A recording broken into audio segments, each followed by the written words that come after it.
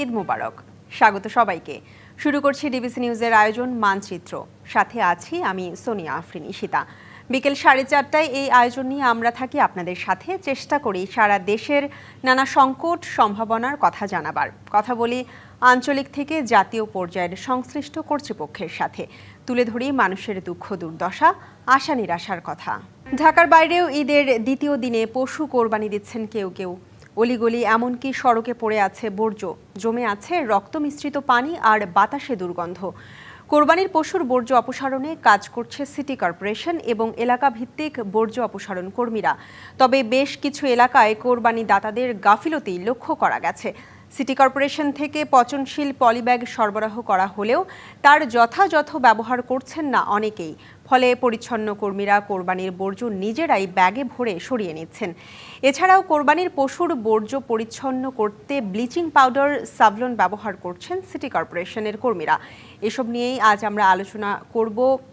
কোরবানির পশুর বর্জ্য অপসারণ কতদূর এই বিষয়ে এ নিয়ে আমাদের সাথে আলোচনায় যুক্ত আছেন গাজীপুর থেকে সহকর্মী মাহমুদা শিকদার, খুলনা থেকে বাংলাদেশ পরিবেশ আন্দোলন খুলনার সমন্বয়কারী অ্যাডভোকেট মোহাম্মদ বাবুল হাওলাদার এবং সিলেট থেকে সিলেট সিটি কর্পোরেশন এর প্রধান বর্জ্য ব্যবস্থাপনা কর্মকর্তা অবসরপ্রাপ্ত লেফটেন্যান্ট কর্নেল মোহাম্মদ একলিম আবেদিন। আপনাদের তিনজনকেই স্বাগত। আজকে আমাদের মানচিত্রে আমি শুরুতেই যেতে চাই গাজীপুরে। সেখানে আছেন আমাদের প্রতিনিধি সহকর্মী মাহমুদা শিকদার। আপনার কাছে জানতে চাইবো যে আপনি তো আসলে গতকালও সারাদিন গাজীপুরে ঘুরে দেখেছেন এবং আজও সারাদিন গাজীপুরে আছেন। আপনার কাছে জানতে চাইবো যে কেমন দেখছেন এই বর্জ্য অপসারণের ব্যবস্থাপনা, এবং একটা ঘোষণা দেওয়া হয়েছিল যে 12 ঘন্টার মধ্যে সিটি কর্পোরেশনের যে কোরবানির পশুর যে বর্জ্য সেগুলো অপসারণ করে ফেলা হবে। কেমন দেখছেন সার্বিক চিত্রটা জানতে চাইবো। ঈশিতা, আসলে শুরুতেই বলতে হচ্ছে যে আপনি জানেন গাজীপুর একটি শিল্পাঞ্চল খ্যাত এলাকায়, এবং এই বাংলাদেশের ভিতরে যতগুলো সিটি কর্পোরেশন আছে তার ভিতরে কিন্তু গাজীপুর সিটি কর্পোরেশনটা সর্বাত্মক বৃহৎ। এই সিটি কর্পোরেশন আসলে 24 ঘন্টা বা 12 ঘন্টা যাই বলি না কেন, এই স্বল্প সময়ের ভিতরে কিন্তু এই বজ্র ব্যবস্থাটা অপসারণ করা সত্যিই আসলে অসম্ভব। কিন্তু সিটি কর্পোরেশন থেকে 3 দিনের এইটার কার্যক্রম শুরু করেছে এবং এই 3 দিনের ভিতরেই তারা চেষ্টা করছে যে সকল ধরনের যে বজ্র আছে সেটি অপসারণ করার জন্য।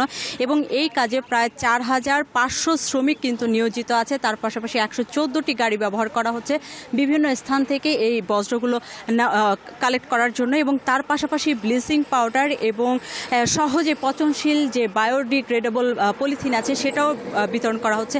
আমি যদি সিটি কর্পোরেশনের যারা কর্মকর্তা আছেন তাদের কাছ থেকে আমরা যদি একটু জানতে চাই যে আপনারা কি ব্যবস্থা গ্রহণ করেছেন এবং কতক্ষণের মধ্যে আমরা আশা করতে পারি যে গাজীপুর সিটি কর্পোরেশনের সব ধরনের বজ্র আপনারা অপসারণ করতে সক্ষম হবেন।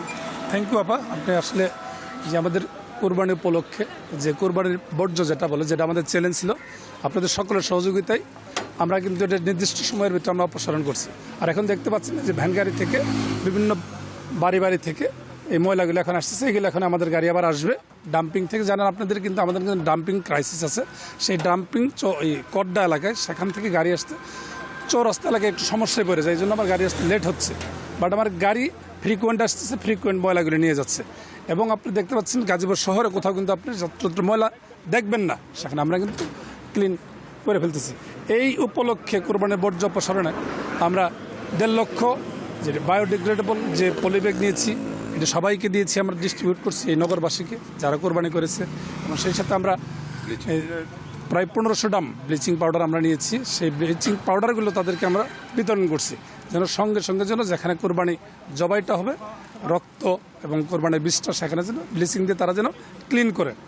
এবং এই কাজের ক্ষেত্রে আমরা আমাদের প্রায় 114টার মতো আমরা গাড়ি আছে চলতেছে পুরা সিটিতে। তারপরে আমরা এই যে বজ্র অপসারণ যে কর্মসূচি, এটা তো আজকে আপনাদের যিনি প্রশাসক তিনি এসেছিলেন, তদারকি করেছেন, আর কতক্ষণ সময় লাগতে পারে বলে আপনারা মনে করছেন? যে এই বিষয়টা আমাদের যে মাননীয় প্রশাসক মহোদয় উনি আসছে, আমাদের প্রশাসক স্যার দেখে গেছে যে উনিও মোটামুটি যে আমাদের কাজের সাথে সন্তুষ্টি প্রকাশ করছে। বলছে যে তোমরা সার্বক্ষণিক মাঠে থাকবা, যেন যে ময়লাটা এখন নতুন করে আসবে সেটা যেন সঙ্গে সঙ্গে যেন ডাম্পিংয়ে চলে যায়। আমরা সেই জন্যই দেখতে পাচ্ছেন এগুলো কিন্তু সমস্ত বাসাবাড়ির খাবার যে দেখতেছেন সেইগুলো সেই সব ময়লা। আমরা আশা করি যে এই ময়লাটা যতদিন ঈদ থাকবে এটা কন্টিনিউ থাকবে। এটা কিন্তু আমাদের রেগুলার ময়লা, এটাকে আমরা কোরবানির ময়লা বলা যাবে না সেটাকে, এখন যেগুলো আপনি দেখবেন। সো আমরা আশা করি তারপরেও আগের থেকে কোরবানি উপলক্ষে একটু ময়লার ভলিউমটা একটু বেড়ে যায়। বেড়ে গেলেও আমাদের ক্যাপাসিটিও বাড়িয়ে দিচ্ছি। আশা করি নগরবাসীকে আমরা একটা স্বস্তিমূলক একটা পরিবেশ দিতে পারবো বলে আশা করি।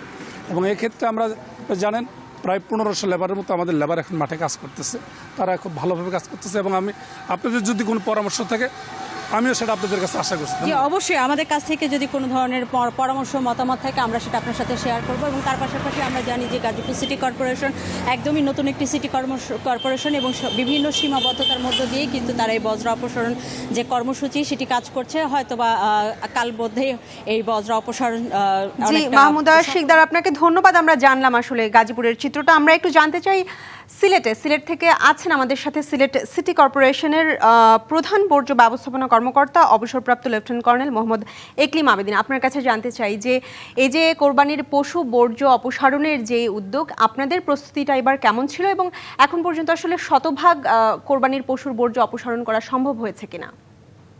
জি, ধন্যবাদ আপনাদেরকে এবং আপনার মারফত দেশবাসী যারা দেখছেন সবাইকে আমাদের ঈদ মোবারক। সিলেটের একটা ভালো দিক আছে, সেটা হচ্ছে আমি মনে করি আমাদের নগরবাসী যথেষ্ট সচেতনতার একটা পরিচয় দিয়েছেন, যার জন্য আমরা গতকাল রাতের মধ্যেই মোটামুটি শেষ করতে পেরেছি।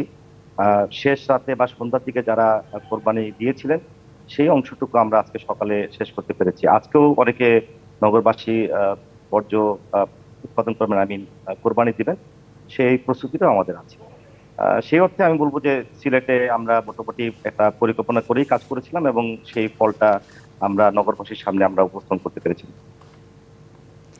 জি মোহাম্মদ একলিম, আপনার কাছে আমি একটা বিষয় জানতে চাই যে আমরা যদি আসলে একটু উন্নত মুসলিম রাষ্ট্রগুলোর দিকে তাকাই, আমরা দেখতে পাই যে সেখানে কোরবানির জন্য একটা নির্দিষ্ট স্থান থাকে এবং নাগরিকরা আসলে সেই স্থানটিতে গিয়েই সকলে গিয়ে কোরবানি দেন এবং সেখান থেকে খুব সহজেই কোরবানির যে বর্জ্য থাকে সেটা অপসারণ করা সম্ভব হয়।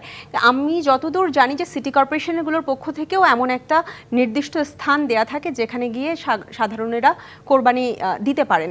তো তারপরেও আসলে আমরা দেখতে পাই যে আমাদের দেশে সাধারণেরা রাস্তার উপরে কিংবা বাড়ির উঠোনে কোরবানিটা দিচ্ছেন।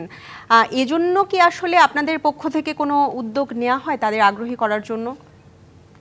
জি, আপনি যেটা বলেছেন উন্নত বিশ্বে এটা বিভিন্ন দেশে হয়, একদিন হয়তো বাংলাদেশেও হবে, বাট এই মুহূর্তে বাংলাদেশে আর্থসামাজিক প্রেক্ষাপট এবং বিশেষ করে আমাদের যে ঘনবসতিপূর্ণ যে এলাকা, আমাদের জনগণ যে আমরা যেভাবে থাকি, এখানে এরকম বড় স্পেস পাওয়া বা কমিউনিটি স্পেস পাওয়া মুশকিল। আপনি জেনে থাকবেন যে আজকাল বাচ্চারা খেলার মাঠও পায় না। সেই অর্থে অ্যাকচুয়ালি বর্তমান প্রেক্ষাপটে বাংলাদেশে কোনো শহরে এটা খুব পসিবল কিনা এটা যথেষ্ট সন্দেহের অবকাশ রাখে। আমরা সিটি কর্পোরেশনগুলো থেকে যতগুলোই আমরা চেষ্টা করি না কেন, মানে ছোট ছোট জায়গায় স্থান দেওয়ার জন্য বা সংকলন করার জন্য, এখানে খুব একটা সাড়া পাওয়া যায় না।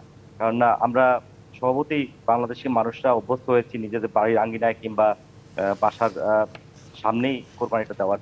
এখান থেকে অ্যাকচুয়ালি মানুষের সচেতনতা যেমন দরকার, তেমনি আরেকটা বিষয় আমাদের ভুলে গেলে চলবে না, যে আমাদের যে বাস্তবতা, আমাদের সেরকম কিন্তু খালি জায়গাটা নেই।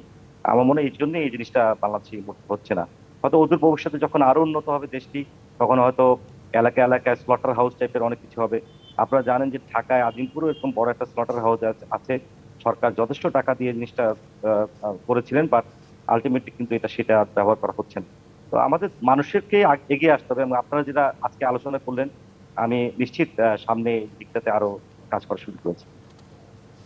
জি অসংখ্য ধন্যবাদ আপনাকে, আপনি থাকুন আমাদের সাথে। আমরা একটু আসতে চাই, আমাদের সাথে আছেন বাংলাদেশ পরিবেশ আন্দোলনের খুলনার সমন্বয়কারী অ্যাডভোকেট মোহাম্মদ বাবুল হাওলাদার। আমরা আসলে যেটা নিয়ে কথা বলছিলাম যে উন্নত অনেকগুলো মুসলিম রাষ্ট্রে আসলে আমরা দেখি যে নির্দিষ্ট স্থানে কোরবানি দেয়া হয়, কিন্তু আমাদের দেশে আসলে সেটা করা হয় না। রাস্তার উপরেই আসলে আমরা দেখি যে কোরবানিটা দেয়া হচ্ছে। এটা আসলে পরিবেশের উপরে কেমন প্রভাব ফেলছে আপনার কাছে জানতে চাই।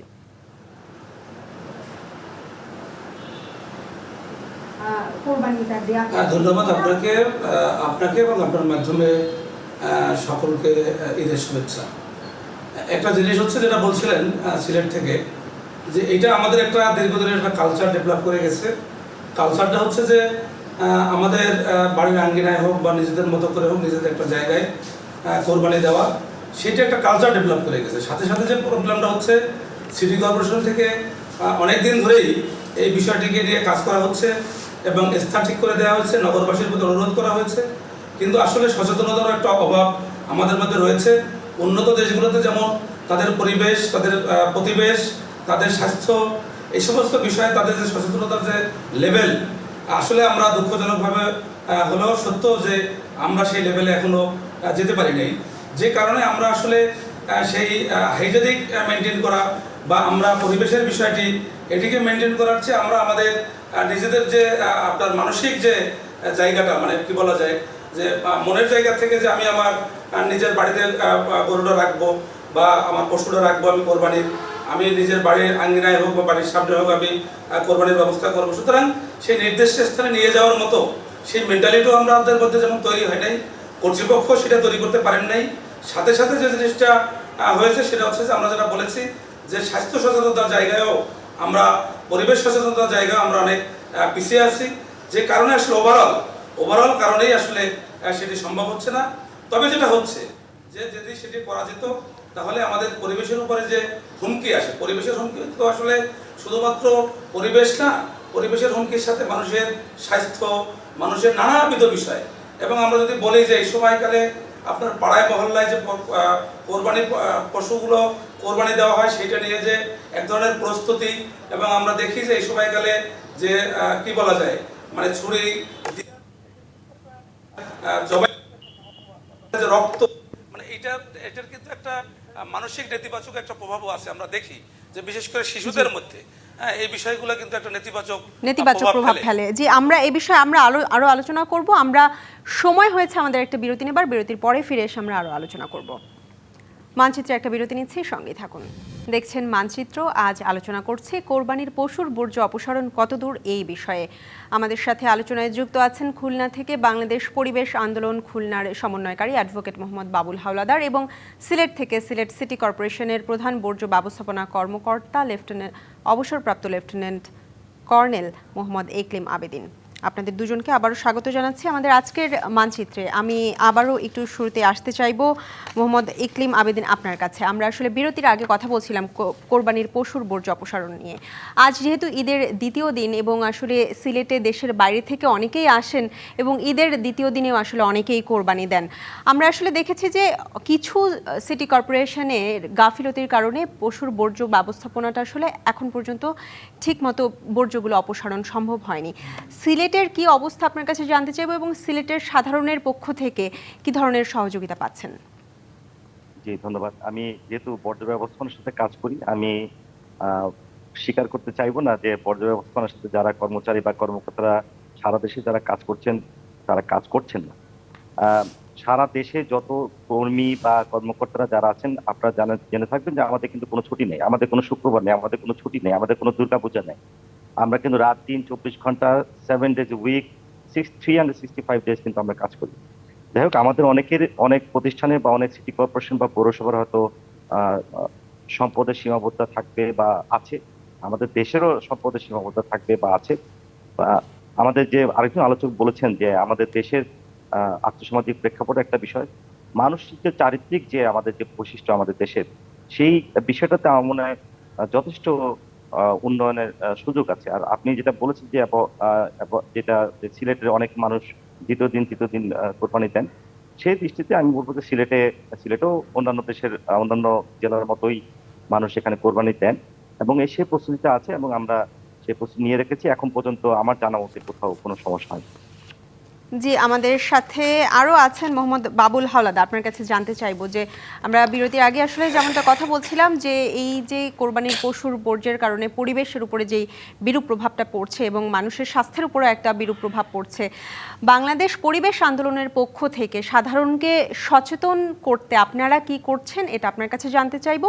আর আপনার কাছে কি মনে হয় যে সিটি কর্পোরেশনের সেই দক্ষতাটা বা সেই ক্যাপাসিটিটা আছে কিনা যে কোরবানির পশুর বর্জ্য অপসারণে শতভাগ নিশ্চয়তা 12 ঘন্টার মধ্যে দেওয়ার?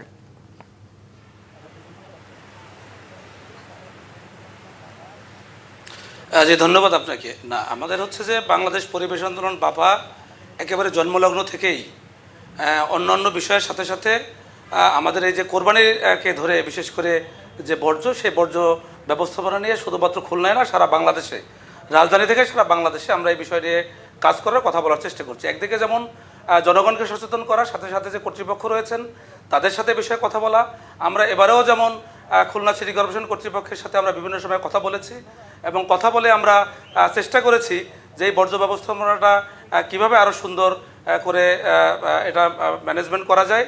এবং এটা আমার কাছে একটা জিনিস মনে হয়েছে যে অনেকগুলো ঘাটতি যেমন আমাদের আছে, কিছু কিছু জায়গায় কিন্তু আমাদের একটা র্যাপিড পরিবর্তন আমাদের কাছে মনে হয়েছে। যেমন আমরা দেখেছি মাত্র কয়েক বছর আগেও দেখতাম আমরা যে মানুষ কোরবানি দেওয়ার পরে সেখান থেকে বিশেষ করে ধরেন ভুঁড়ির ময়লাটা ফেলে রাস্তার পাশে রেখে কোনো মতে মাংসটা গুছিয়ে নিয়ে বাড়ি চলে গেলেন, তো তার দায়িত্ব শেষ। কিন্তু আমরা যদি কয়েক বছর বা এবছর আমরা দেখেছি যে মানুষের মধ্যে, নগরবাসীর মধ্যে কিন্তু এই সচেতনতা আসছে যে সাথে সাথে রক্তটা ধুয়ে ফেলা, সাথে সাথে বর্জ্যটা আর না হোক অন্তত ন্যূনতম পক্ষে ড্রেনে ফেলা। এবং খুলনা সিটি কর্পোরেশন থেকে এবার যেটা করা হয়েছে, আমরা নগরবাসী হিসাবে এখনও পর্যন্ত সন্তুষ্ট যে তারা গতকালকের কোরবানির পরপরই, দুপুরের পরপরই 850 পরিচ্ছন্নতা কর্মী তারা একেবারে সার্বক্ষণিকভাবে কাজ করছেন, এখন পর্যন্ত কাজ করছেন। এবং সেখানে তারা সেকেন্ড ডাম্পিং পয়েন্ট যেটা আমরা বলি, সেই জায়গাটাতে অলরেডি তারা ফার্স্ট ডাম্পিং থেকে তারা ময়লা আবর্জনা সরিয়ে নিতে পেরেছেন।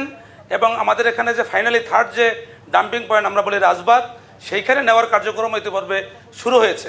আমরা আজকে শহরে ঘুরে আমাদের কাছে আসলে সত্যি কথা বলতে এটা সুখকর বিষয় যে খুলনায় গতকালকের কোরবানি হয়েছে, কোরবানির বর্জ্য দেখে বা সার্বিক পরিস্থিতি দেখে আমাদের কাছে সেটা এখন মনে হচ্ছে না যে গতকালকের খুলনায় কোরবানি হয়েছে।